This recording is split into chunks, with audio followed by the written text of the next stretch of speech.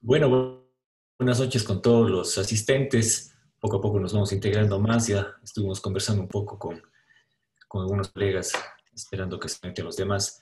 En primer término, agradecer mucho al hospital, a la coordinación de docencia, al doctor Javier Encalada, por permitir hacer y tener estos espacios tan necesarios ahora en donde tenemos esta complicación de la enfermedad del COVID-19, con cambios tan dinámicos, con toda la limitación de poder estar cercanos, ¿no? Cercanos de forma presencial, pero estos espacios nos permiten compartir estas experiencias propias y le vamos también aprendiendo, ¿no? Aprendiendo de la evidencia clínica que va saliendo día a día, que nos ayuda a tratar a nuestros pacientes en este momento tan difícil para todos nosotros, tanto como asistenciales, como para nuestros pacientes oncológicos. Pero lo que vamos a tratar el día de hoy es particularmente a ellos, a esos pacientes oncológicos, en donde es un tema complejo porque ellos ya de entrada se enfrentan al desconcierto de recibir el diagnóstico de su enfermedad oncológica, a las dificultades de su tratamiento, al estrés que tienen los sobrevivientes de las enfermedades oncológicas. Y ahora sumado a eso, tenemos que, y vamos conociendo poco a poco que este tipo de pacientes, los pacientes oncológicos, pues tal vez tengan un riesgo mayor de presentar un cuadro de COVID-19 grave, ¿sí? Ya sea por la enfermedad de base con su enfermedad oncológica o también por los tratamientos recibidos, ya que los deja más vulnerables a esta enfermedad y a sus complicaciones. Por eso el día de hoy vamos a hablar un poco sobre cáncer en tiempos de COVID. Nos acompaña la doctora Verónica Ullauri, es hematóloga y es jefa de la unidad de hematología del Hospital José Carrasco Arteaga. Y también nos acompaña el doctor Juan Pablo Zapata, oncólogo clínico, jefe del servicio de oncología clínica también del Hospital José Carrasco Arteaga. Nos van a comentar su experiencia y van a tocar esos temas sensibles que los vemos día a día y que debemos entender primero nosotros como médicos para transmitir también a la comunidad. Entonces vamos a empezar con la doctora Verónica Ullauri, nos va a hablar un poquito más afín a los pacientes oncológicos. Doctora Verónica, una buena noche y sus palabras. Buenas noches, mi dog Andrés, y buenas noches con todos quienes se han dado un tiempo para compartir con nosotros. No les voy a compartir mi pantalla, en realidad he preparado algo bastante corto para que no se aburran de tanta oncología hoy noche. Y bueno, entonces, nada, vamos a comenzar diciendo que el hecho de poder brindar atención en esta época de crisis generada por la pandemia ha sido en realidad un desafío para todos, ¿no? Para el personal que atiende a pacientes oncológicos, no oncológicos, para los directivos de la institución, para los pacientes y para el resto de profesionales también que nos apoyan con la atención a estos pacientes. Entonces, el paciente y los médicos y las instituciones hemos tenido que enfrentarnos a los riesgos que esto representa, ¿no? El riesgo de la mortalidad desencadenada por el cáncer como tal, el riesgo de la letalidad o complicaciones graves generadas por el SARS-CoV-2 y también dentro de esto la posible mayor mortalidad que presentan los pacientes que tienen infección por SARS-CoV-2. En los procesos de reorganización institucionales para poder hacer frente a esta pandemia, se han ido presentando dificultades. Entonces, se han replanificado cirugías, entonces lleva un retraso, forma parte de un retraso del tratamiento en los pacientes oncológicos. Se han retrasado otros procedimientos, dentro de estos la quimio, la radioterapia. Y también aquí juega un punto importante la capacidad limitada que tenemos en la institución, pero no solamente de espacio físico. La capacidad limitada de personal, bueno, de hecho la institución lo pasó, se tuvo que contratar más personal para poder hacer frente. Y actualmente los pacientes oncológicos dentro de la institución no tienen acceso a UCI. Entonces, todo esto suma a las dificultades que han llegado a presentar y percibir estos pacientes.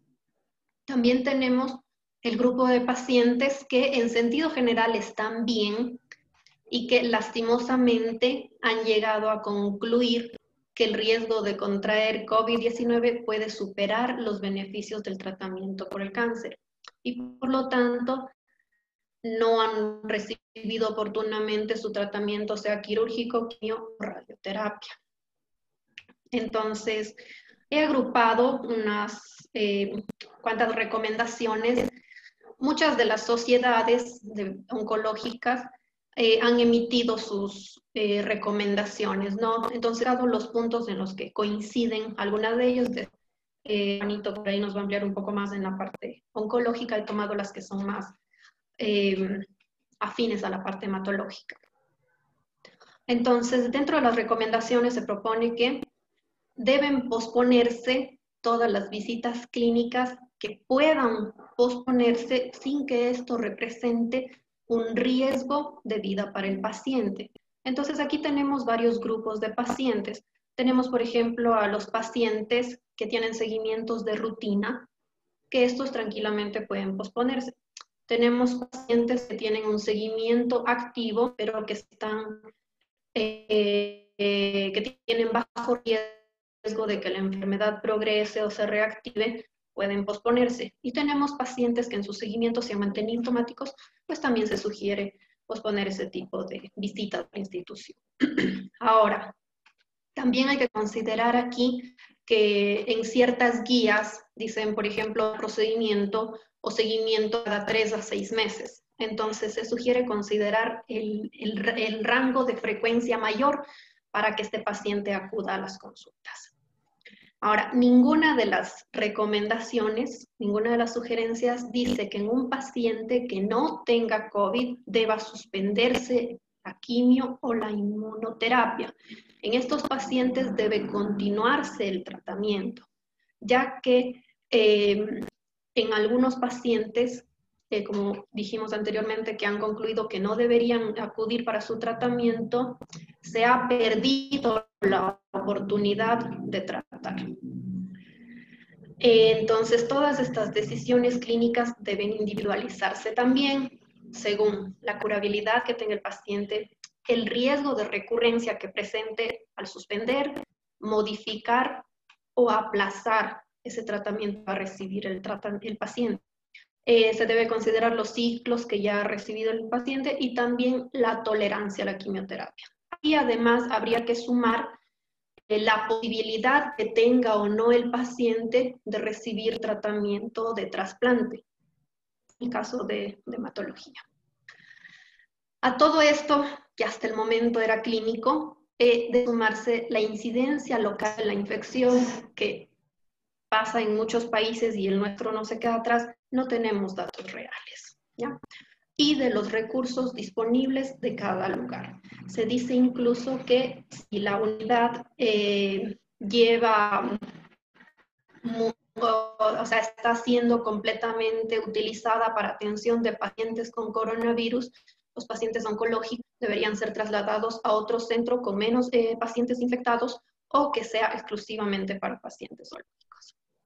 Ahora, para poder continuar o recibir un tratamiento, sea inmunosupresor, sea quimioterápico o inmunoquimioterapia, también han sugerido que se realice la prueba del ARN para SARS-CoV-2 en individuos asintomáticos antes de los procedimientos.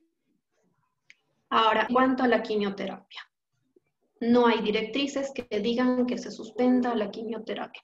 Más aún si esta quimioterapia es agresiva y con intenciones curativas en un paciente que sea negativo, ¿ya? No debería suspenderse. Lo que sí sugieren que puede indicarse es la duración del tratamiento o la intensidad del mismo, siempre y cuando no vaya a afectar en la posible respuesta que tenga el paciente a esta terapéutica instaurada. En cuanto a la terapia paliativa, también es una toma de decisión compartida, porque aquí juegan varios acápites, diría yo. Primero está la decisión del paciente de continuar o no tratándose. Segundo, la respuesta que va teniendo el paciente a esta terapia paliativa ya instaurada. Tercero, hay que recordar que nuestros pacientes vienen de lugares lejanos, vienen de otras provincias, entonces la posibilidad o no de trasladarse. Y una parte social también que influye aquí, tenemos pacientes que son solos, viven solos, no tienen quien les lleve a la institución. Entonces, son todos estos puntos a considerar, ¿no?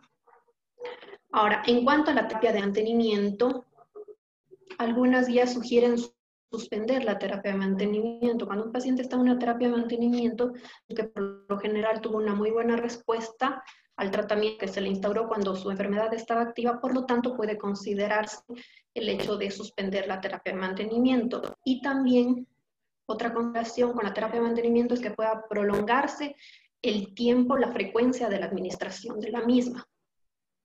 Otra de las sugerencias es cambiar la infusión parenteral a terapia oral. En algunas terapias puede aplicarse, pero no en todas. La patología que con mayor frecuencia tratamos son los linfomas y no tenemos acceso a varias de las drogas que son de terapia oral. No tenemos acceso a la institución. Pero bueno, está dentro de las sugerencias. También el entorno debe ampliarse en el paciente e incluso aquí se ha sugerido la infusión de quimioterapia domiciliaria, lo cual fue muy refutado por los oncólogos a nivel de varios países, porque en realidad el hecho de infusión a domicilio conlleva a un mayor riesgo que el beneficio que pueda tener el paciente con la administración de esto. A menos que tuviéramos un equipo o un cohemato COVID que pudiera acudir al domicilio del paciente y realizar la infusión, pero bueno, no tenemos personal suficiente para eso ni equipo disponible. Fue muy discutido esa parte. Entonces, ha sido el entorno ambulatorio intrahospitalario o es lo que más se ha aplicado. Y también sugieren el uso de factores de crecimiento, factores estimulantes de colonia, para tratamientos que no necesariamente sean placiantes, pero que puede aplicarse en pacientes que tengan un mayor riesgo de poder realizar una aplasia. Les he traído las recomendaciones de la Sociedad Americana de Hematología, que lo hace con respecto a los linfomas, que es la patología que tenemos más pacientes afectados por esta, ¿no? Ya que más atendemos en cuanto a oncología hematológica.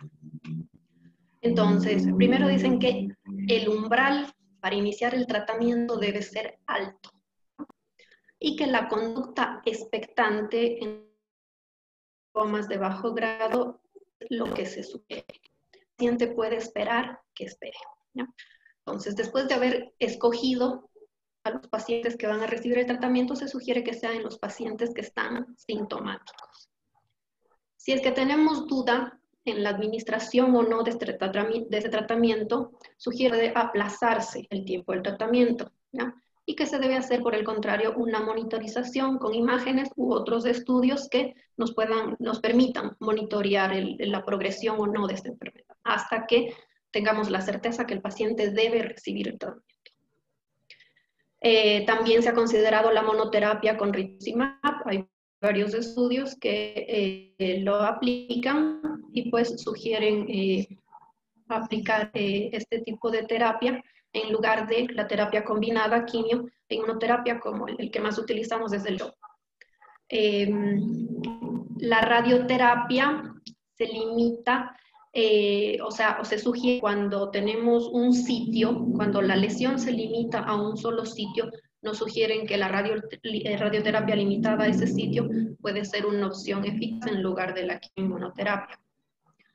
Ahora, cuando un paciente ha recibido ya su primera infusión de rituximab intravenoso y ha sido tolerada adecuadamente, se sugiere que las infusiones subsecuentes sean vía subcutánea. En los pacientes que han tenido una muy buena respuesta a los tratamientos, se sugiere una reducción de ciclos o un cambio de terapia. En ocasiones nosotros hacemos desescalación, digamos así, de terapia, ¿ya? Y en este caso se sugiere que se aplique estos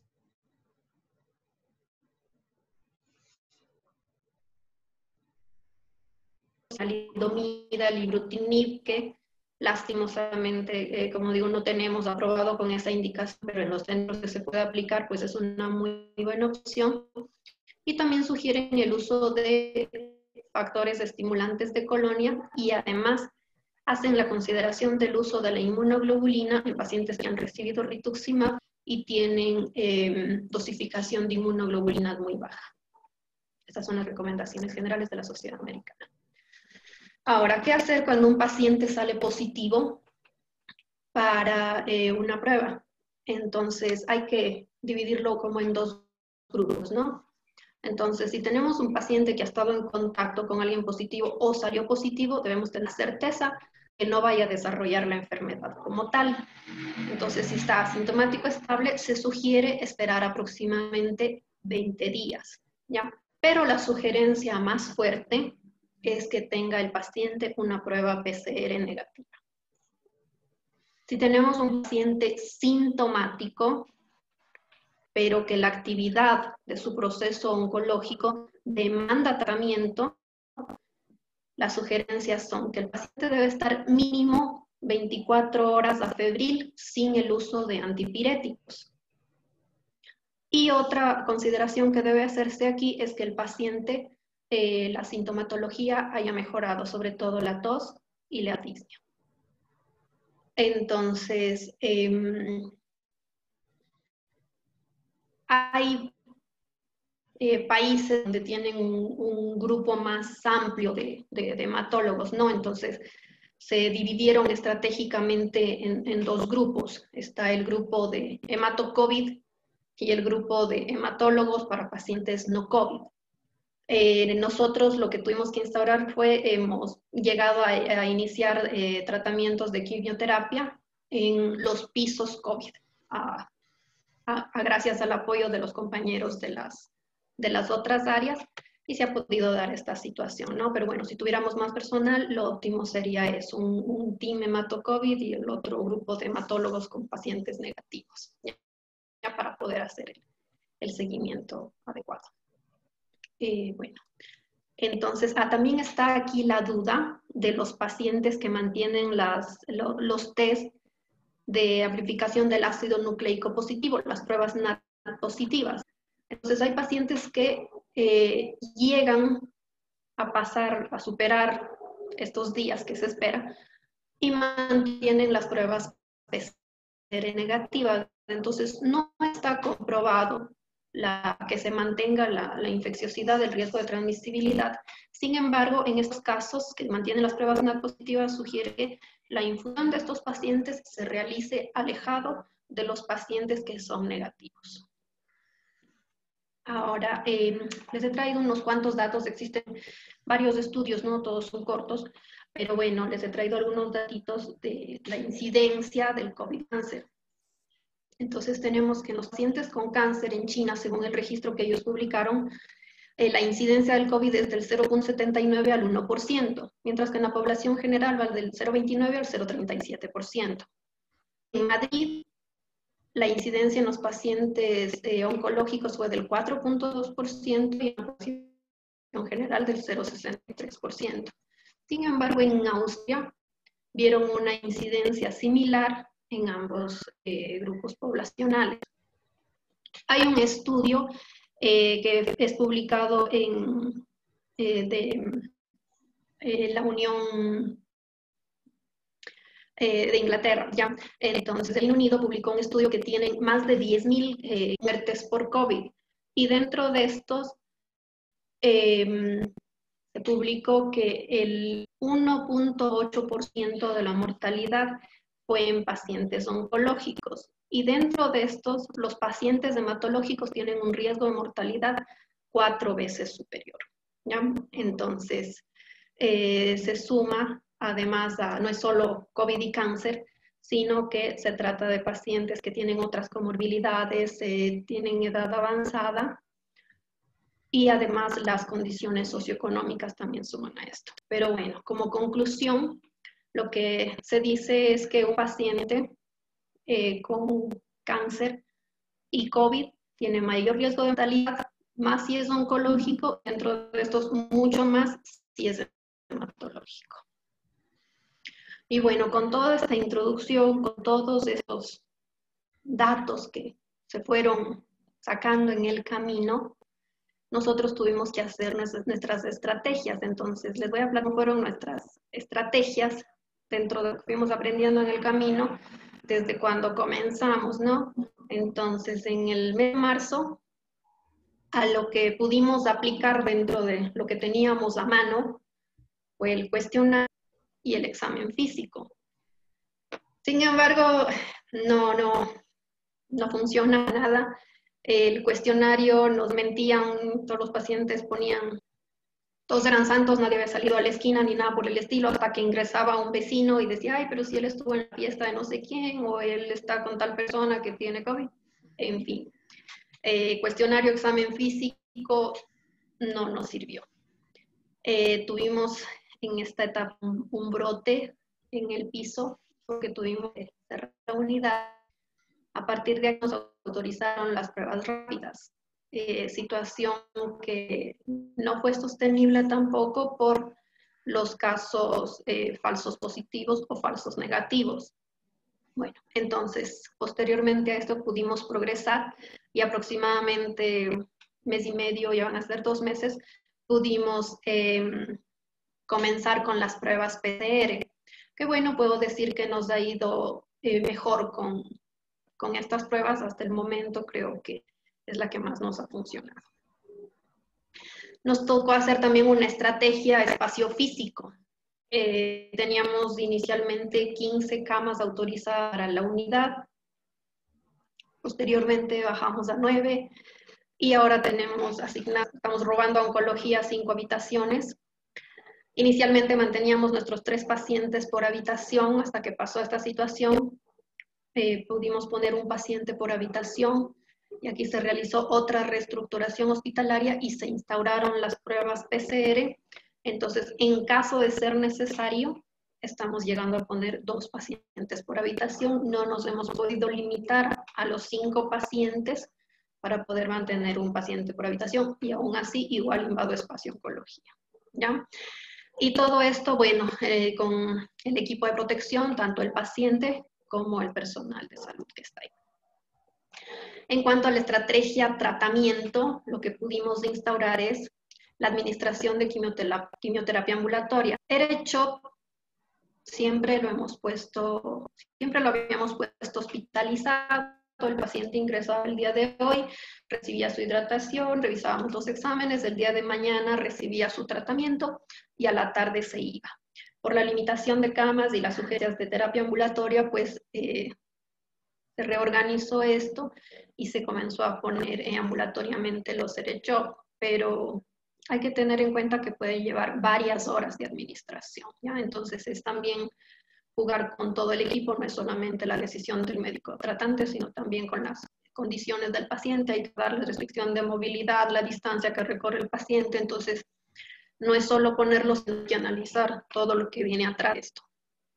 Ahora, el espaciamiento del tiempo de mantenimiento, los pacientes con rituximab, como ya lo habíamos nombrado antes, pues en los estudios dicen que se puede poner cada 2 o 3 meses y las sugerencias dicen que cuando tenemos estos rangos debemos utilizar el rango más amplio, el rango de frecuencia más amplio, pues lo pasamos a los 3 meses y en algunos pacientes se llegó a suspender, se dice que se puede suspender en los pacientes ya muy mayores o que tienen niveles de inmunoglobulina muy bajos.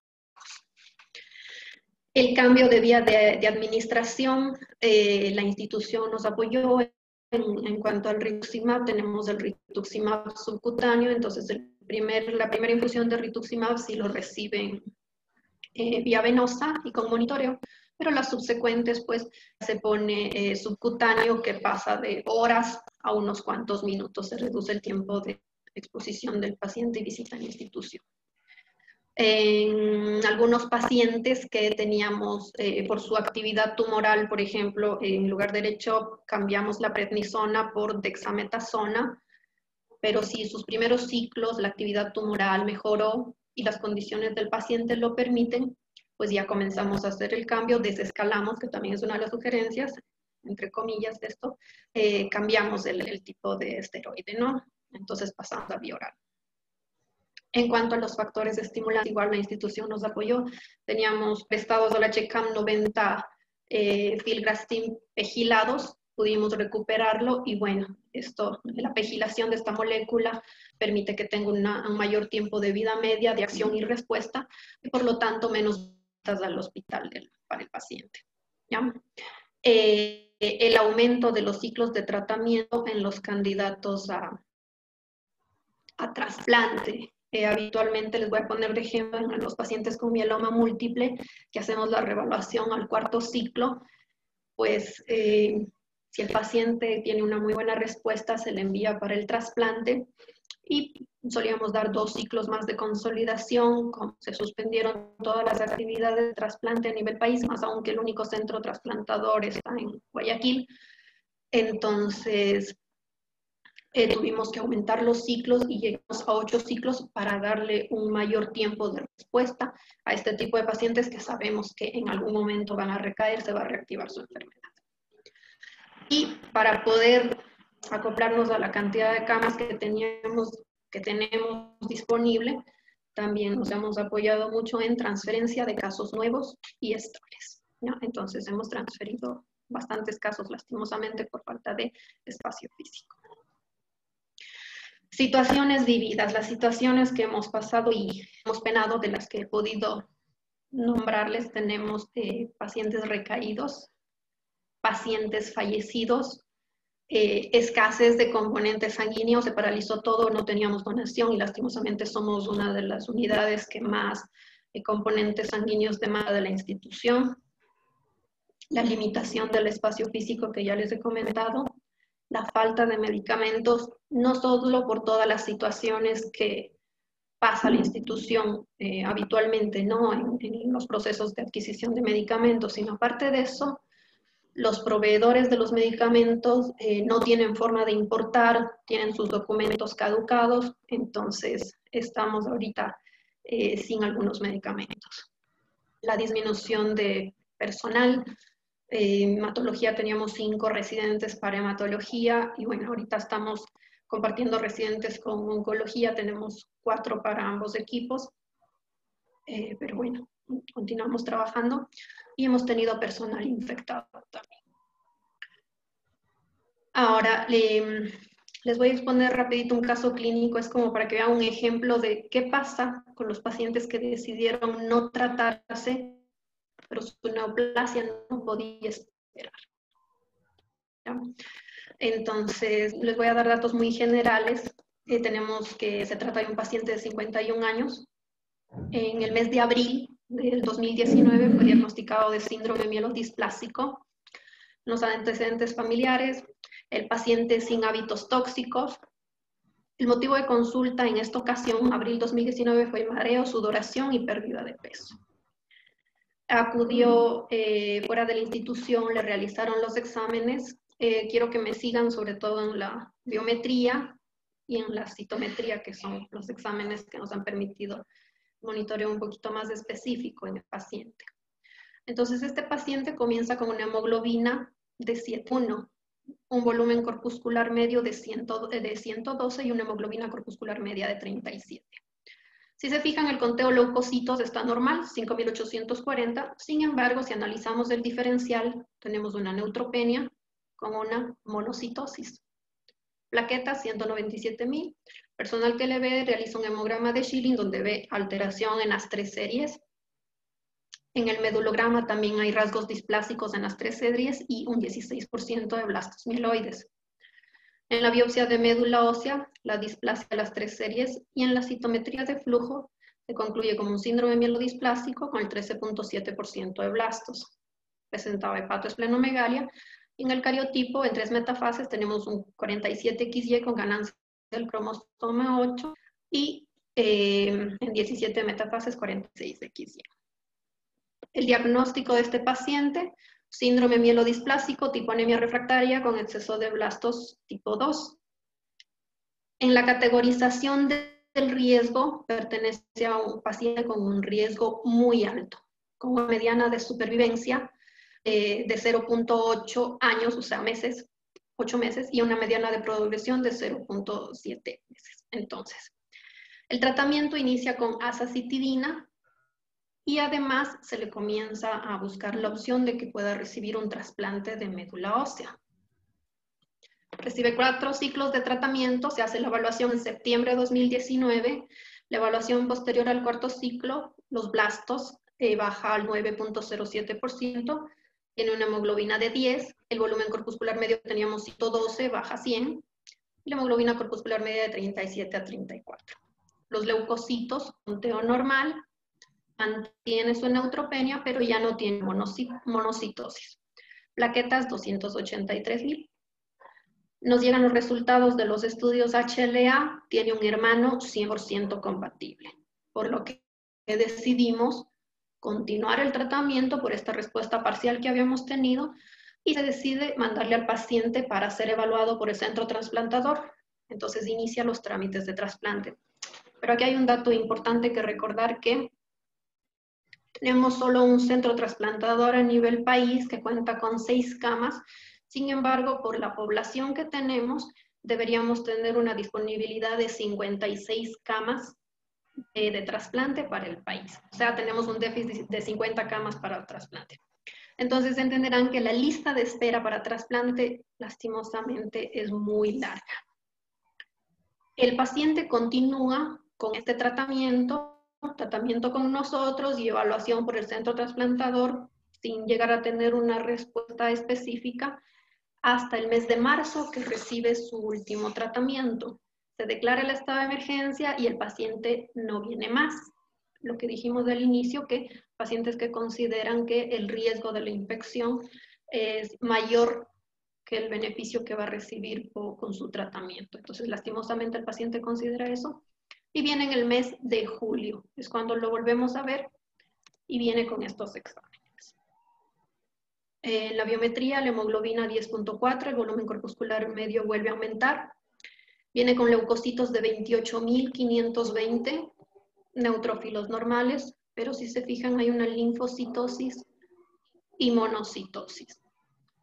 Nuestro equipo no distingue bien entre blastos o células mononucleares, como linfocitos o monocitos. Dice, ¿son células mononucleares o son linfocitos o son monocitos? Entonces, por eso es que el equipo nos da una monocitosis y una linfocitosis. Las plaquetas las mantenían normales. Y pues le ampliamos los estudios de médula. En la biopsia nos demuestra una infiltración por el 20% de blastos, y en la citometría de flujo, que inicialmente teníamos un 13%, y ya la población de estos blastos de estirpe mieloide representan el 27.6%. O sea que este paciente se transformó en una leucemia mieloide aguda. Su síndrome mielodisplásico se transformó en una leucemia mieloide aguda. Y bueno, nos tocó cambiar completamente las estrategias de tratamiento. De hecho, está actualmente ingresado, recibiendo un tratamiento intensivo para ver si logramos una buena respuesta y si pudiera o no acceder al trasplante. Hay que recordar que es un paciente joven, 51 años, en el que sí teníamos una esperanza, pero bueno, ha pasado esta situación y no se ha dejado de luchar. Y bueno, creo que eso es lo que tenía principalmente. Y se ha buscado sugerencias cómo, cuándo volver.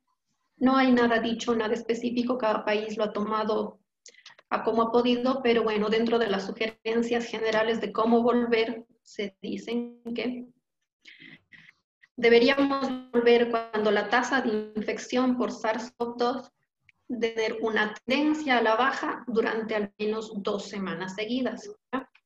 La utilización de recursos sea óptima, incluida la cama de hospitalización, o sea, que tengamos ya una disponibilidad de camas y aún así tengamos el equipo de protección personal. Que tengamos organizado y frecuente, ya parametrizado, las pruebas a pacientes y a empleados. Y la priorización en la programación de los casos, o sea, todos los pacientes que no los hemos visto, tendríamos que localizar, categorizar su riesgo y con eso irlos llamando paulatinamente. Y bueno, creo que eso es todo. Les agradezco por haberme regalado este tiempo. Y bueno, vamos a continuar.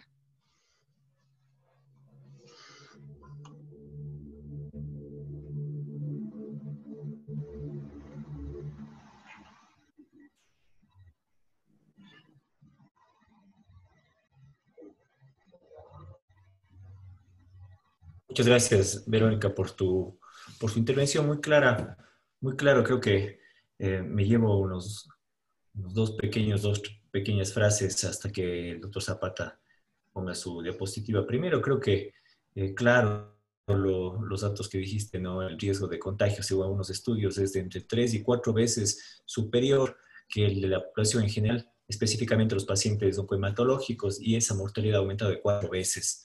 Es una población muy sensible y de mucho cuidado, ¿no?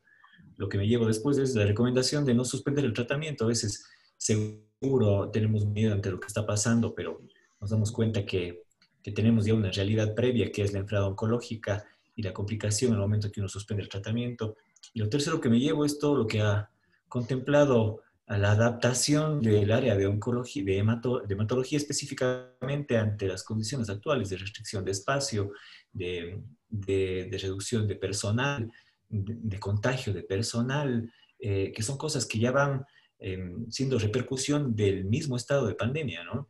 Pero que influyen directamente en el tratamiento de otros pacientes. Sí, sí, bueno, muchas gracias, Verónica, por tu intervención. A todos los asistentes, una pregunta. Vamos a dejar las preguntas al último para darle un poquito más de fluidez a la presentación.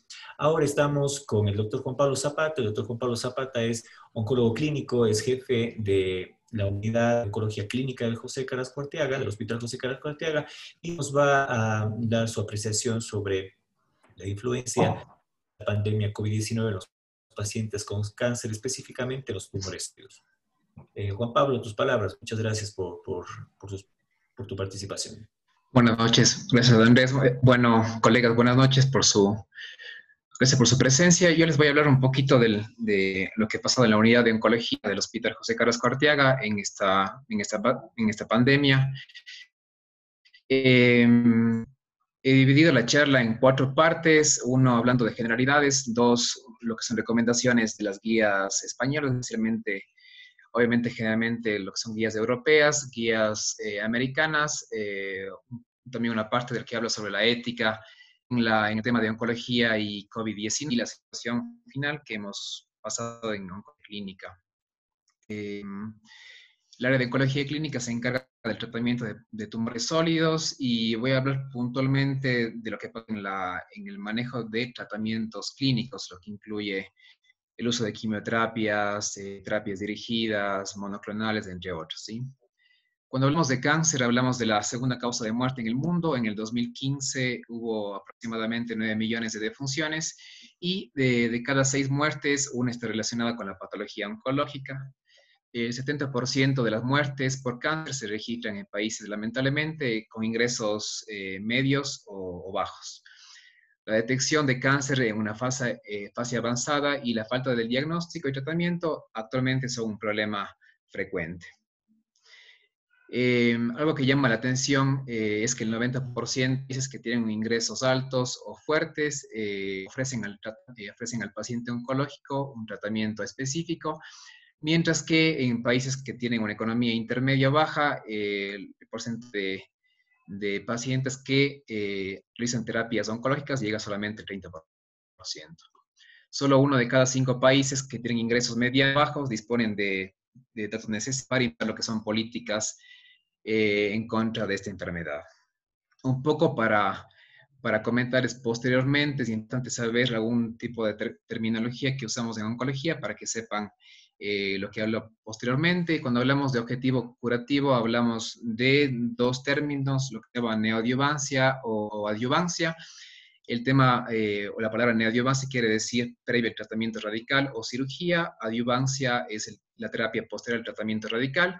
Y también terapias con intento curativo, quimioterapia concurrente para algunos tumores de ano, de vejiga y de cervix. Y con objetivo paliativo son aquellos pacientes en el cual la enfermedad lamentablemente ya no es controlada con cirugía y es diseminada, o enfermedad metastásica en el cual uno puede ofrecer al paciente diferentes tipos de modalidades, como por ejemplo radioterapia, cirugía o lo que es medicamentos. Ahora, cuando hablamos del paciente por primera vez en oncología, como un paciente que tiene ya un informe de patología, tenemos que evaluar el tratamiento, ¿sí? Ahora, independientemente tenga el paciente un informe de patología, tenemos que ver si el paciente cumple un criterio de terapia, ¿sí? Entonces, acá tenemos un cuadro en el cual se han tomado dos tipos de escalas. La escala que vemos acá, la columna donde dice etapa o nivel, que hace relación al performance status de 0 a 4 o su equivalencia en Karnofsky, ¿sí? Entonces, cuando hablamos de un paciente que tiene un performance de 0 o un Karnofsky de 100%, es aquel paciente que está asintomático o con una actividad tanto en su hogar como en su medio laboral. Un paciente con performance de estatus de 1 o Karnofsky de 70-80% es aquel paciente que tiene síntomas por la enfermedad, pero se encuentra ambulatorio. Es capaz de desarrollar actividades del diario vivir sin ningún tipo de limitación. Un paciente con performance de estatus de 2 o un Karnofsky de 50-60% se encuentra postrado o en reposo, pero menos del 50% del tiempo y solamente necesita algún tipo de asistencia durante su diario vivir. Paciente con performance status de 3 o Karnofsky de 30-40% es aquel paciente que ya está postrado o en reposo más del 50% del tiempo y ya necesita algún tipo de atención parcial por parte de la familia o enfermería. Y finalmente, un paciente con ECOG de 4 o un Karnofsky de 10-20% es aquel paciente que se encuentra postrado el 100% del tiempo, que tiene incapacidad total y requiere cuidados permanentes por parte de la familia o un equipo de salud. Ahora, ¿para qué nos sirve escalas o índices? Lo que nos permite evaluar es que si el paciente cumple el criterio de tratamiento oncológico, en la era pre-COVID-19, pacientes que tenían un performance status entre 0 y 1 eran pacientes candidatos a una terapia oncológica que incluye cirugía, que incluye radioterapia o quimioterapia. Pacientes con performance estatus de 3 o 4 directamente son pacientes a cuidados paliativos sintomáticos, o sea que por su estado clínico actual no se encasillaría en paciente potencial para tratar. Y tenemos un grupo amarillo que es el ECOG 2, son un grupo de pacientes intermedios en los cuales se debería individualizar si es que puede realizar el tratamiento o no según la patología de base. Ahora, en la era COVID-19, un poco para simplificar lo que son tratamientos, se ha desaparecido el grupo amarillo, ¿sí? Ese grupo grande, que era el grupo de performance status de 2, actualmente ya directamente pasa a cuidados paliativos y se continúa con tratamiento en pacientes que tienen un estatus de 0 o 1. Ahora, ¿cuáles serían las situaciones de riesgo para pacientes oncológicos? Como ya lo mencionó la doctora Ullauri, aquellos pacientes que tienen mayor riesgo de enfermedad ante el COVID-19 son pacientes que reciben quimioterapia o radioterapia activa, pacientes especialmente que tienen leucemias, linfomas, mieloma múltiples, independientemente del estadio de la enfermedad, y personas que reciben tratamiento con inmunoterapia o terapias con anticuerpos monoclonales de forma constante. ¿Qué pacientes podrían agravarse con el contagio con COVID-19? Son aquellos pacientes que realizan tratamientos oncológicos que pueden provocar en el paciente déficit del sistema inmunitario o también el uso de terapias dirigidas, como por ejemplo inhibidores de tirosinquinasa o inhibidores de PARP. Y también pacientes, especialmente en el área de hematología, aquellos que han realizado un trasplante de médula ósea o de células madres en los últimos 6 meses o que se encuentran realizando actualmente terapias o medicamentos inmunosupresores. Y así como pasa en las patologías no oncológicas, los pacientes también con cáncer que se podrían complicar son los pacientes que son mayores de 60 años y aquellos que tienen enfermedades cardiovasculares o respiratorias preexistentes. Uno de los primeros ensayos o publicaciones clínicas al inicio de la pandemia fue publicado en la revista Annals of Oncology, que evaluaba las características clínicas de pacientes con cáncer y COVID-19. Sí, era un estudio retrospectivo que hacía una evaluación del análisis univariado y multivariado y la correlación clínica de estos pacientes en hospitales de Wuhan, China. Se evaluó 28 pacientes que habían sido infectados con COVID-19 y tenían cáncer. La mayoría eran hombres, un 60%. La edad promedio era 65 años. El cáncer más frecuente en esos pacientes era cáncer de pulmón con 25%. En cuanto a las características clínicas de los pacientes, el 82% tenía fiebre, tos el 81%, disnea el 50%, linfopenia el 82%, niveles de peso elevado 80%, anemia 75%, hipoproteinemia 89%, y como conclusiones de este estudio es que el cáncer había provocado en estos pacientes que habían sido contagiados con COVID-19 mayor riesgo de mortalidad y comorbilidades, por lo que se recomendaba que pacientes que potencialmente iban a recibir alguna terapia oncológica, se les debería realizar un screening para COVID-19 o realizar tratamientos un poco más espaciados o reducción de dosis. Otro artículo también que fue publicado este año, entre marzo y abril del 2020, que recolectó 309 pacientes en el Memorial Sloan Kettering Cancer Center, evaluaba las características clínicas de aquellos pacientes que tenían cáncer y que hacían quimioterapia. A los pacientes que les iba peor en cuanto a sus características de presentación, a los que les iba peor en cuanto a la terapia, eran pacientes sobre los 60 años, pacientes que tengan enfermedades hemato-oncológicas, pacientes con cáncer de pulmón y pacientes que tengan neutropenia basal o linfopenia al diagnóstico de COVID-19. Como segundo punto, ¿cuáles serían las recomendaciones que nos han dado actualmente las guías nacionales e internacionales? Hay que evaluar inicialmente lo que es el manejo clínico. Es necesario siempre clasificar al paciente según la intención de tratamiento y evaluar lo que es la relación beneficio y riesgo asociado al tratamiento. Se deberían considerar también terapias alternativas o que sean menos intensivos, y también buscar métodos también alternativos para poder realizar un monitoreo y revisión de pacientes cuando reciben terapias sistémicas. Lo que nos dice la Sociedad Española de Oncología Médica para lo que es prevención de pacientes oncológicos para reducir el riesgo de contagio, lamentablemente con un nivel de evidencia C, es que actualmente el riesgo de contagio de un paciente con cáncer no es muy claro, pero al momento en algunos estudios clínicos se vería que estos son mucho más propensos a una enfermedad mucho más severa, por lo cual se debería evaluar, como les dije previamente, el riesgo versus el beneficio del manejo integral oncológico. Se han publicado desde el inicio de la pandemia varias recomendaciones, incluso hay una publicación del Ministerio de Salud Pública que hace una adaptación de las guías americanas, de las guías europeas y de las guías de la Sociedad de Oncología Española. Una de las primeras recomendaciones que fue del Servicio Nacional de Salud y la OMS hacía que ponía prioridades en los tratamientos oncológicos durante la pandemia, ¿sí? Ponía 6 niveles de prioridad. El nivel 1 era aquel paciente con intento curativo, con una alta probabilidad de éxito, más del 50%. En el nivel 2 eran pacientes con intento curativo, con una probabilidad intermedia de éxito entre un 15 a un 50%. Nivel 3, pacientes con terapia no curativa, pero con una alta probabilidad de extensión de vida más de un año, que sea más del 50%. En el nivel 4 eran pacientes con terapia curativa con una probabilidad baja de éxito entre un 0 y 15%, o que tengan una probabilidad intermedia de extensión de vida más de un año entre un 15 o 50%.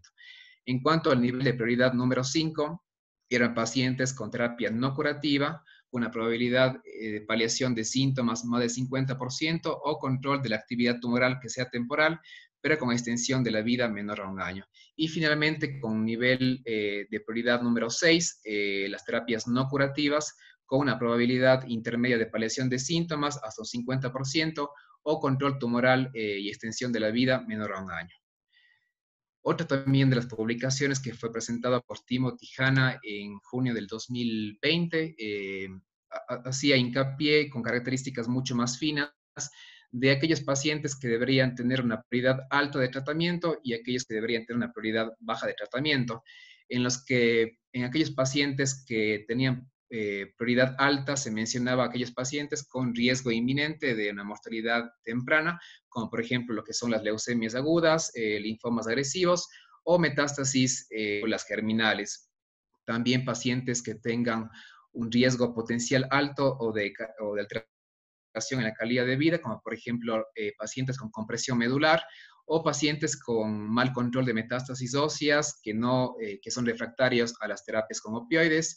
y también terapias definitivas curativas, en las cuales se hacía una mezcla de tratamientos como quimioterapia, radioterapia concurrente para tumores de cáncer de cabeza y cuello, cervix y cáncer de ano.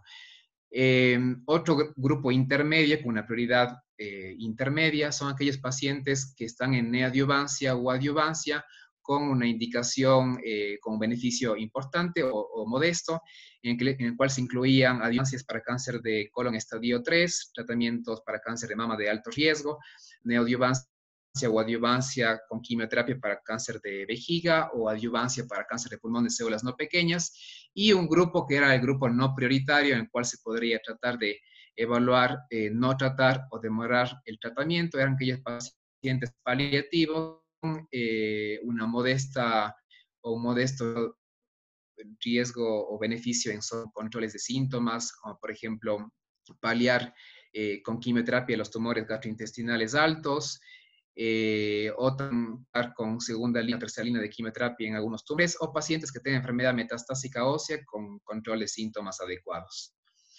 Otro también de una publicación que incluso sale en las guías del Ministerio de Salud Pública es el riesgo que habría en algunos pacientes de demorar o no las terapias y el riesgo también de progresión en estos pacientes. Se tomaba en cuenta las características clínico-patológicas de los pacientes y se evaluaba según la cirugía, según el área clínica o el área de radioterapia, si es que se encasillaba en grupo de bajo riesgo, de riesgo intermedio o de riesgo alto. Aquellos pacientes que tenían riesgo bajo, se podría incluso retrasar la terapia más de 3 meses. Pacientes con riesgo intermedio podrían esperar hasta 3 meses, y en riesgo alto, lo ideal era no retrasar. Aparte de esto, también se tomaba en cuenta lo que es el grupo etario. Se dividía en 3 grandes grupos: pacientes menos de 50 años, más de 70 años y pacientes entre 50 y 70 años, ¿sí? Aquellos pacientes, independientemente de la edad, que sean de bajo riesgo, podrían tranquilamente esperar la terapia en ese tiempo. Pacientes que tengan un riesgo alto, en el cual lo ideal es no retrasar la terapia, entre los 50 a 70 años, lo indicado es tratar al paciente de forma inmediata, y en el grupo de 70 años para arriba se podría evaluar el riesgo-beneficio. Y el grupo intermedio, en los cuales se podría esperar los 3 meses como un tiempo aceptable. En pacientes menos de 50 años se debería actuar inmediatamente, en los pacientes de 70 años se debería esperar, y en los pacientes entre 50 y 70 años se debería evaluar riesgo-beneficio. Ahora, también como recomendaciones de cómo debería ser el proceso sistemático previo de pacientes que sean asintomáticos con cáncer, las recomendaciones son que aquellos pacientes que sean nuevos, independientemente de la terapia a seguir, o ya sea quimioterapia o trasplante de células madres o terapia biológica o inmunoterapia o el uso de corticoides de altas dosis, se deben someter a pruebas de test de COVID-19 entre 2 a 3 días antes del inicio de la terapia. Y también aquellos pacientes que ya están con tratamiento oncológico, lo recomendable también es testear al paciente entre 2 a 3 días antes, previo a cada ciclo de tratamiento. Obviamente es importante tener y saber cuál es la disponibilidad de equipos en el hospital, y en algunas instancias lo que recomiendan también las guías, si es posible, las pruebas se deberían realizar en un centro distinto al centro de atención oncológica. Como se indicó previamente, todos aquellos pacientes deben someterse a estas pruebas de detección sistemática cuando llegan al centro, determinar si es que ha habido un cambio de estas pruebas para evaluar, nuevamente repetir o realizar algún estudio complementario. Las guías clínicas americanas en cuanto al uso o cómo se debería hacer el manejo del paciente oncológico en el consultorio, recomienda que cualquier paciente oncológico que obtenga un resultado positivo para la infección por COVID-19 o que den positivos durante el tratamiento oncológico, se debería interrumpir o postergar la terapia de forma inmediata. Y en algunos casos muy puntuales en los cuales existe un gran riesgo de mortalidad en el paciente, se podría hacer una terapia independientemente del estado de COVID-19 en el paciente con cáncer. Si es posible, o es posible que muchos pacientes van a ser aptos para hacer el tratamiento después de los 14 días de reposo, ¿sí? O hasta que no tengan síntomas durante 72 horas y que den 2 pruebas negativas consecutivas con una diferencia de 24 horas. Además, se debería evaluar, lo que dice las recomendaciones, evaluar un modelo híbrido flexible entre lo que es visitas tanto en el consultorio como lo que sea telemedicina. En cuanto al tratamiento, cuando el paciente tiene un diagnóstico de COVID-19 o lo tuvo durante el tratamiento, se deberían establecer un área que sea identificada para las terapias de pacientes que dieron positivos para el COVID-19, por ejemplo, para terapias que sean ambulatorias y hospitalizados. Deberías asignar personal que sea especializado para pacientes que dieron positivo para el COVID-19 y también realizar un cronograma de personal en el cual se debería incluir un tiempo libre para la recuperación y monitoreo de los síntomas. Algo que también ya habló la doctora Ullabre en cuanto a las infusiones en casa. Es muy controvertido actualmente lo que es el manejo de medicamentos en el domicilio para los oncólogos o los oncohematólogos. La verdad que no está recomendado por los riesgos que podría haber de un efecto adverso en el domicilio, pero se podría considerar la posibilidad de hacer infusiones a domicilio para cuidados sintomáticos, como por ejemplo hidratación o el uso de antieméticos. ¿Cuáles son las recomendaciones de las guías europeas de oncología médica? Son muy parecidas, la verdad, por ahí con alguna variación. ¿Qué nos dicen las guías europeas? Es que establece 2 grandes grupos de riesgo. El grupo A son aquellos pacientes que están con terapia finalizada o aquellos que ya han completado o que se encuentren en remisión. Y los pacientes en el grupo B son aquellos pacientes que están con tratamiento activo, o sea, aquellos que están en tratamiento no adyuvante con intento curativo, o aquellos pacientes que están con tratamiento con intento paliativo para enfermedad metastásica.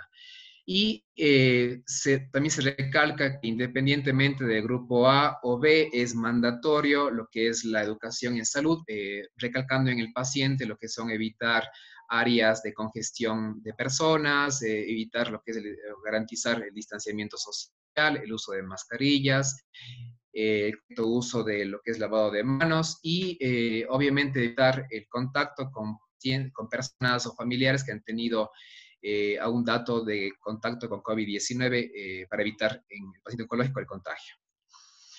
Y también, así como indican las guías americanas, también se evalúan en pacientes con cáncer aquellos que van a tener obviamente factores de riesgo aumentado para mortalidad.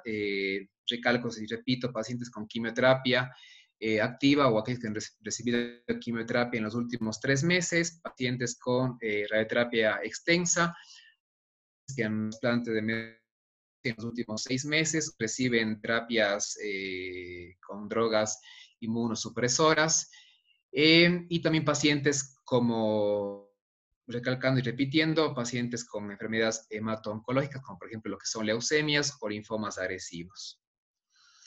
Y también divide en 3 grandes grupos, viendo que aquellos pacientes que son potencialmente curables y tienen alta mortalidad son clasificados como pacientes de alta prioridad, pacientes con prioridad intermedia, aquellos que no habría un impacto modesto en lo que es sobrevida global, y pacientes prioridad son aquellos que por su condición estable no requieren ningún abordaje en el momento actual de la pandemia.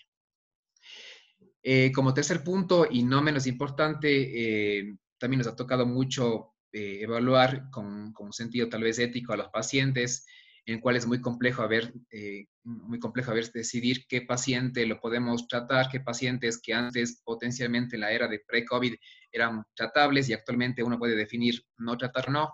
Hay recomendaciones también de la Sociedad Española de Oncología Médica sobre las implicaciones éticas en pacientes oncológicos durante la pandemia y se menciona que los pacientes oncológicos actualmente son vulnerables con doble frente. El uno obviamente es el riesgo por una enfermedad que actualmente tampoco es conocida y potenciado por obviamente lo que son efectos de inmunosupresión, el efecto de la terapia y sus efectos tóxicos, las comorbilidades y la severidad del tratamiento, y también por otro lado lo que son los problemas propios de la patología y también con el riesgo de pérdida de oportunidad para tratar por la disminución en la atención médica a nivel general y también la limitación o reordenamiento de recursos a nivel mundial en lo que se refiere a recursos económicos. La planificación se debe basar en criterios de equidad y justicia con una base racional y científica sólida. Las decisiones de adecuación terapéutica tienen que ser idealmente compartidas entre el oncólogo y el paciente y van a ser consensuadas entre el paciente, la familia y los cuidadores. En aquellas situaciones en las que en las que se considere que el tratamiento debe realizarse alguna modificación, esto tiene que ser transmitido del oncólogo al paciente con transparencia y honestidad y indicando el motivo de cambiar una actitud terapéutica en cuanto a oncología. En la medida de lo posible, las decisiones tienen que ser homogéneas, razonadas y prudentes, y obviamente ajustadas al entorno en el cual se evalúa al paciente oncológico. Siempre debe ser reflejado cualquier decisión en la historia clínica, y cuando no haya una conciliación en cuanto a la terapia oncológica con el oncólogo y el paciente, se podría evaluar o tratar de hacer un tratamiento limitado en el tiempo, que consiste en administrar una terapia durante un tiempo definido y definir lo que son objetivos en tiempo pequeño. Y para finalizar, les voy a comentar un poquito la situación del área de oncología del hospital. Durante la pandemia hemos tenido varias modificaciones en el manejo del paciente oncológico. Nuestra área funciona en el 7º piso y contaba previamente con 27 camas, con 3 áreas de tratamiento, digamos, cerrado, ¿sí? Para pacientes neutropénicos. Inicialmente hubo adecuaciones por el número de ingresos. Tratábamos de que el paciente no comparta la habitación con otros pacientes. Inicialmente no hacíamos pruebas de PCR ni hisopado. Lo que hacíamos obviamente era la evaluación inicial, un triaje en el área del búnker de oncología por parte de enfermería y luego por la parte médica, evaluando si es que tenían algún contacto con los pacientes, ¿sí? Inicialmente, como les comentaba, la hospitalización era de 2 pacientes por habitación, luego pasamos a 1 y después empezamos a disminuir la cantidad de ingresos, ¿sí? Obviamente hubieron muchas modificaciones, como les cuento, en el plan oncológico, y los resultados de la pandemia en tema de números. Acá tenemos 2 grandes tablas: la tabla del 2019, los meses de enero a diciembre, y la cantidad de quimioterapias que se realizan en el hospital de forma ambulatoria. En el año 2019, en total, en los 12 meses, casi 4.000 quimioterapias ambulatorias. Y en el 2020, como vemos aquí en la gráfica de color verde, ¿sí? Desde el mes, a finales de marzo, hubo un descenso importante en lo que es quimioterapia ambulatoria. Siempre se mantenía entre el 2019 aproximadamente entre 300 a 350 quimioterapias por mes de forma ambulatoria, pero ya al inicio de la pandemia este número bajó entre 150 a 200, ¿sí? Y con valores ya absolutos, una reducción del 25% de quimioterapias ambulatorias. ¿Qué ha pasado en hospitalización? Hubo también un cambio importante en el manejo de hospitalización. Antes también aprovechábamos nuestras camas para los pacientes.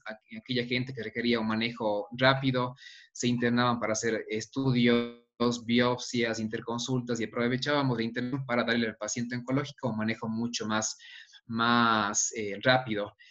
Actualmente hemos tratado de que la hospitalización sea únicamente para pacientes en tratamiento, salvo hay un criterio de internación por un motivo no de terapia. Entonces, acá tenemos 2 tablas. En el 2019, estoy hablando solamente de quimioterapias hospitalizadas, casi 2.700 tratamientos en el 2019. Y en el 2020, como vemos también en el gráfico, hubo un dato importante de lo que son quimioterapias hospitalizadas, pero igual al momento hemos tenido casi 1.000 pacientes atendidos en hospitalización para tratamientos, con una reducción del 40% de terapias en el hospital. El área de consulta externa de oncología clínica, así como creo que todo el área de oncología, incluido cirugía y radioterapia, ha dado la atención durante la pandemia de forma constante. Obviamente, inicialmente, por el tema de contingencia y de acatar la cuarentena, hubo disminución de la carga horaria de los médicos, pero siempre hubo personal de oncología para las atenciones de pacientes que estaban en terapia activa. El área de oncología clínica no formó parte de los roles de las guardias multidisciplinarias, porque actualmente somos solamente 2 oncólogos y es complejo manejar guardias y el tema de pacientes. Si es que entra un oncólogo a hacer guardias, van a quedar muchos pacientes desatendidos. Acá yo puse una gráfica que incluye lo que son las consultas externas del año 2018, 2019 y en lo que va de 2020. Aproximadamente de 2018 a 2019, la misma cantidad de consultas, únicamente hablando de oncología clínica, aproximadamente 6.500 atenciones.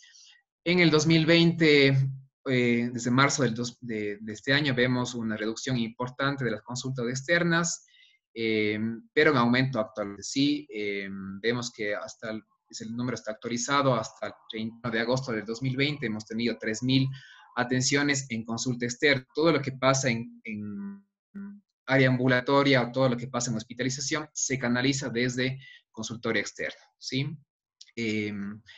Algo también importante a recalcar es que se ha modificado mucho la atención. Inicialmente los pacientes se atendían a demanda porque era un flujo bastante pequeño, pero los últimos 3 meses, también ya por el tema de, tal vez por el tema de su enfermedad oncológica no controlada o por mejor movilidad, empezaron a acudir. Lamentablemente el tema de agendamiento virtual aún no se puede realizar, por lo cual optamos de hacer un agendamiento en físico con las secretarias de oncología y se permitió que el paciente, para evitar lo que es aglomeración, tenga asignado un día y una hora específica, acudiendo el paciente 5 minutos antes de la consulta. Así evitamos que, como trabajamos en conjunto con el área de radioterapia y cirugía oncológica en el mismo área, evitamos lo que es la aglomeración.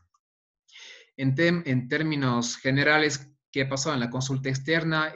Una reducción del 32% a nivel general, pero como antecedente, viendo los años 2019, 2018 y hacia atrás, nuestra consulta externa en la era pre-COVID era más o menos del 100%, el 40% era para pacientes con terapias activas y un 60% eran pacientes con tratamiento, eran con pacientes en remisión, en los cuales solamente uno acudía a la consulta y se les revisaba los estudios, pero eran pacientes, digamos que, sin enfermedad activa.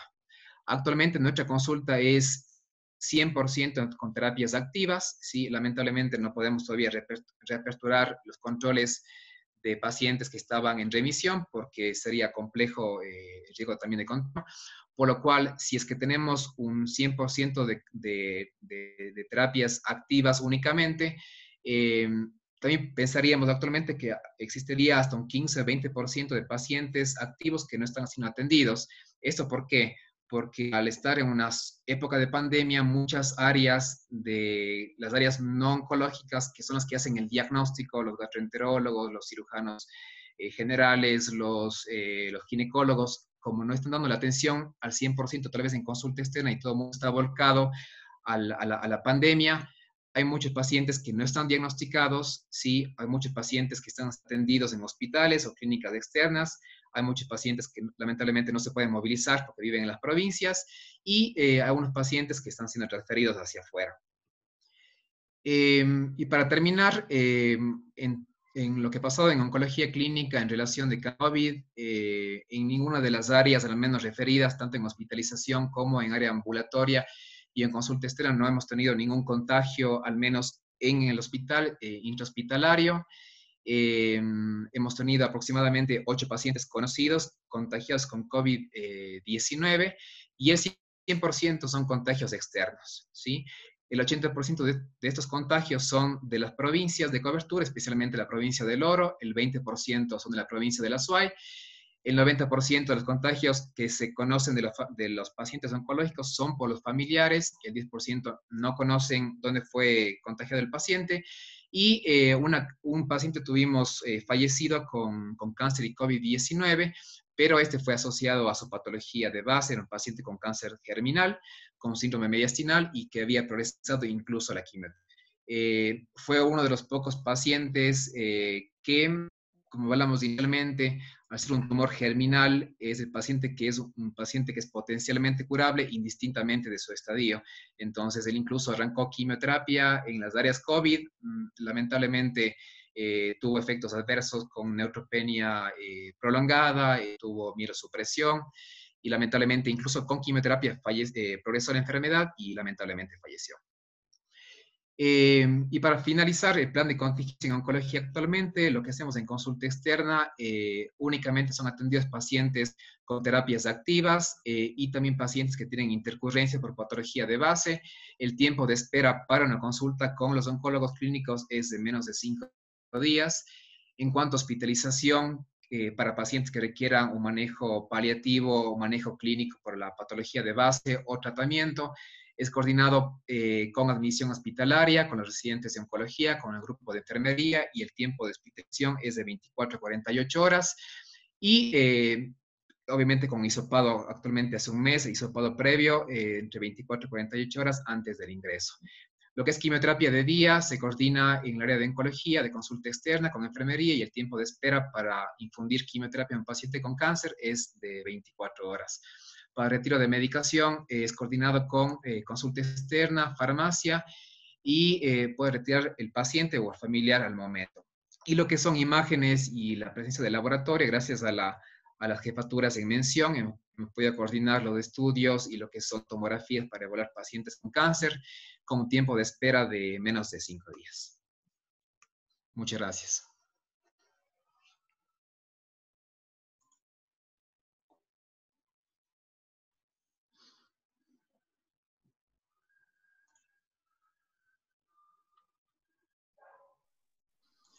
No sé si tienen alguna pregunta, tal vez.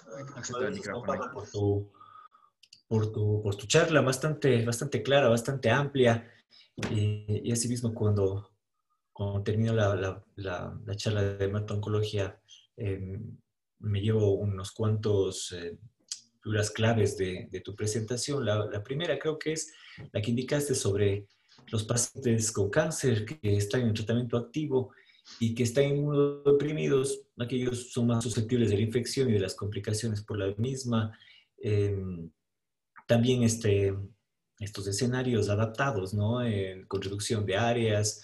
Lo que no sé es si es que después nos podrías ampliar un poquito, si bien el área de oncología clínica en hospitalización ha tenido algún tipo de reorganización y de disminución de espacios físicos, tal vez el número de medicamentos tuvo algún problema, teniendo en cuenta que el acceso a la medicación no es solamente el problema de las compras públicas, sino también es, como decía la doctora Verónica, procesos externos al hospital, la importación de medicamentos, el acceso, la apertura de transporte interprovincial, todos esos son factores que tal vez puedan involucrar. No sé, luego nos puedes hablar sobre este tema. Y creo que algo bastante valioso para cerrar estas perlas que saco de tu presentación son estas medidas de contingencia que se adaptaron en las áreas tanto de hospitalización, pero creo que más en consulta externa. Si bien nosotros tenemos que adaptarnos a nuestra realidad, nuestros espacios son limitados, nuestras realidades son muy lejanas de las que quisiéramos tener por el volumen de pacientes que marcamos, que atendemos, pero creo que estos cuidados que se han dado en función de evitar la aglomeración, separar los espacios, los turnos y principalmente dar prioridad a los pacientes con tratamiento, creo que han sido estrategias bastante idóneas y aceptables en estos momentos. Creo que una muestra de ellos es obviamente que nuestros pacientes no han tenido todavía repercusiones importantes, al menos aquellos que han tenido COVID, y que también el personal, afortunadamente, esperemos que así siga, no se haya contagiado hasta el momento, ¿no? Tengo algunas preguntas, voy a ir un poco separando. Creo que la primera es para el doctor Juan Pablo Zapata. Dice, tomando en cuenta la falta de cama de terapia intensiva, ¿se está intentando priorizar la quimioterapia sobre la cirugía? Bueno, el concepto en el tema de oncológico siempre, bueno, tenemos 3 pilares: lo que es cirugía, lo que es radioterapia y lo que es la quimioterapia o los medicamentos. No hay protocolos que indiquen que quimioterapia va a ser mejor que aunque un paciente vaya a una cirugía. Si un paciente es potencialmente operable, debería ir a cirugía. Ahora, se podrían hacer algunas alternativas antes de una cirugía, porque ahorita tenemos mucho más limitaciones en el hospital por el tema de quirófanos. Muchos de los pasos hechos afuera del área de oncología son en cirugía por la restricción de quirófanos. Pero en algunos tumores uno puede arrancar con quimioterapia, con radioterapia, para un poco ir dilatando el tema de la cirugía y que se puede hacer en el hospital. Ahora, con el difícil acceso tal vez a terapia intensiva, yo pienso que hacer quimioterapia a un paciente en vez de cirugía no va a ser el reemplazo, ¿no? Sino tal vez dilatar una cirugía de por medio. Si un paciente tiene un cáncer de mama que es grande, que es no operable de inicio, podríamos arrancar con quimioterapia y luego operar. O pacientes que serían quirúrgicos de inicio, podríamos ver una modalidad, lamentablemente ajustarse al tema de la pandemia con una terapia previa y, como les digo, dilatar cirugía. Incluso en la época pre-COVID, casi no hemos hecho uso de las terapias intensivas para pacientes que se han complicado, salvo en pacientes que sí cumplan un criterio, que sean potencialmente rescatables. Lamentablemente, un paciente que tiene un estadio avanzado metastásico y requiera de terapia intensiva, si es un parámetro negativo, puede pasar a un área de manejo un poco más especializado, pero incluso ahora no hemos tenido esa situación. Por la falta de camas que tenemos esta restricción, hemos hecho que el área de quimioterapia ambulatoria esté mucho más activa. Entonces, a los pacientes que antes los internábamos por un tema logístico y un tema de control, así como hablaba la doctora Ollauri, para los esquemas de RECHOP, que antes se hacían hospitalizados, ahorita tratamos de que más se internen únicamente las quimioterapias que son de 2, 3 días, 5 días de quimioterapia, y los esquemas que son de un día o son terapias ambulatorias, más bien hemos volcado al área ambulatoria y así hemos demorado incluso tiempos de hospitalización y también riesgos de hospitalización del paciente. Claro. Bueno, tengo otra pregunta.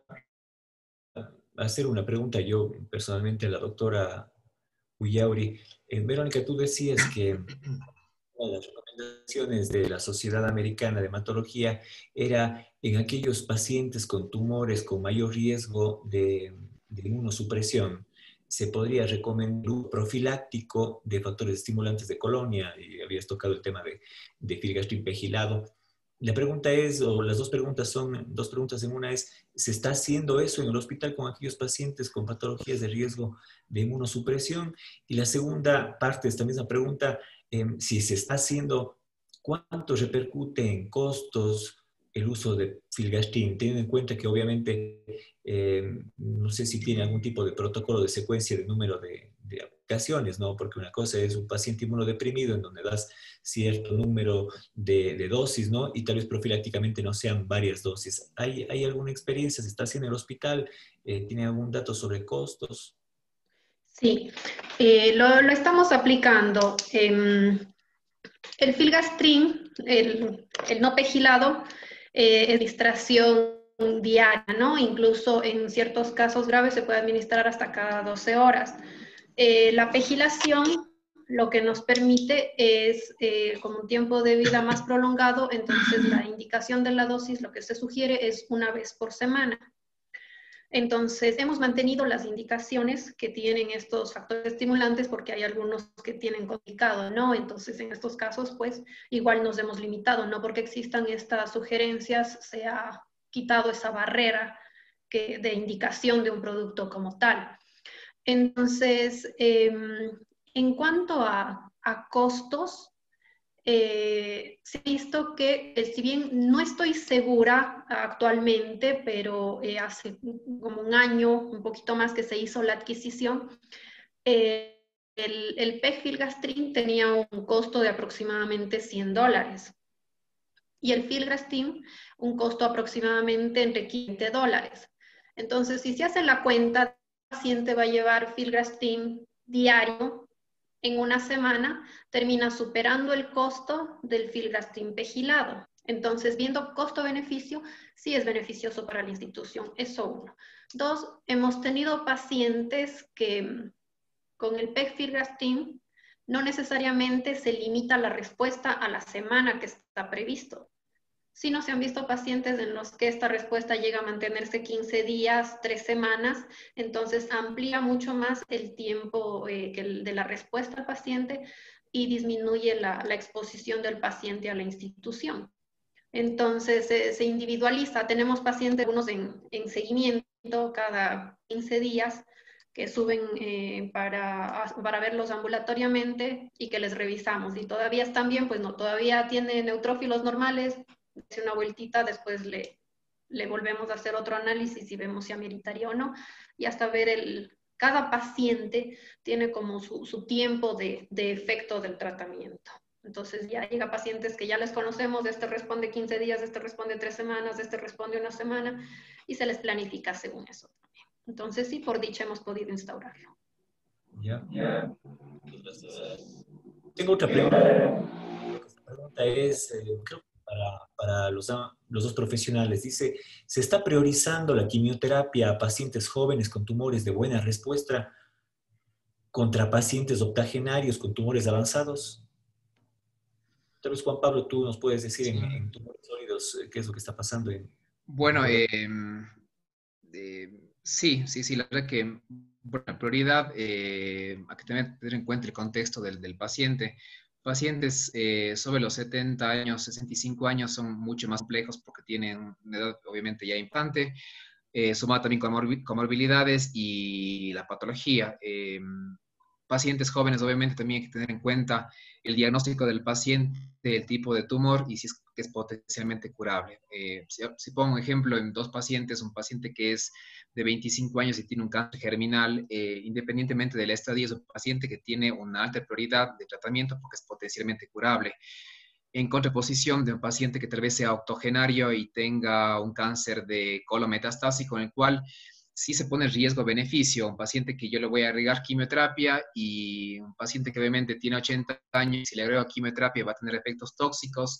Y como yo digo, el paciente que tiene efectos tóxicos no va a estar en la casa, va a terminar en la consulta privada, en la emergencia del hospital público, y ahí son los focos de infección. Entonces, como les digo, tratar de evitar o sobreagregar un efecto indeseable en un paciente que si es añoso o si tiene comorbilidades y tiene enfermedad no controlable o poco controlable, si sumamos a un COVID-19 la mortalidad va a ser mucho más alta que el beneficio, independientemente de tratar paliativamente a un octogenario o a un paciente añoso. Verónica, tal vez lo propio en hematología. Ya, como tal, por dicha y que nunca nos toque, no hemos estado en la situación de escoger, ¿no? O trato a un joven o trato a un paciente mayor. La edad no nos ha limitado exactamente, pero sí se ha hecho la categorización del riesgo del paciente, del estado, si el paciente está fit o no, si tiene las características o no, como para recibir el tratamiento. Entonces, si es un paciente candidato a tratamiento, tenemos posibilidades, se le ha puesto tratamiento, lo que quizás no un tratamiento tan agresivo, sino un tratamiento adaptado a las características del paciente. Entonces, no se le ha negado, digamos así, el tratamiento a nadie. Perfecto. Tengo una pregunta para el doctor Zapata. Quería hacerte, Juan Pablo, una apreciación.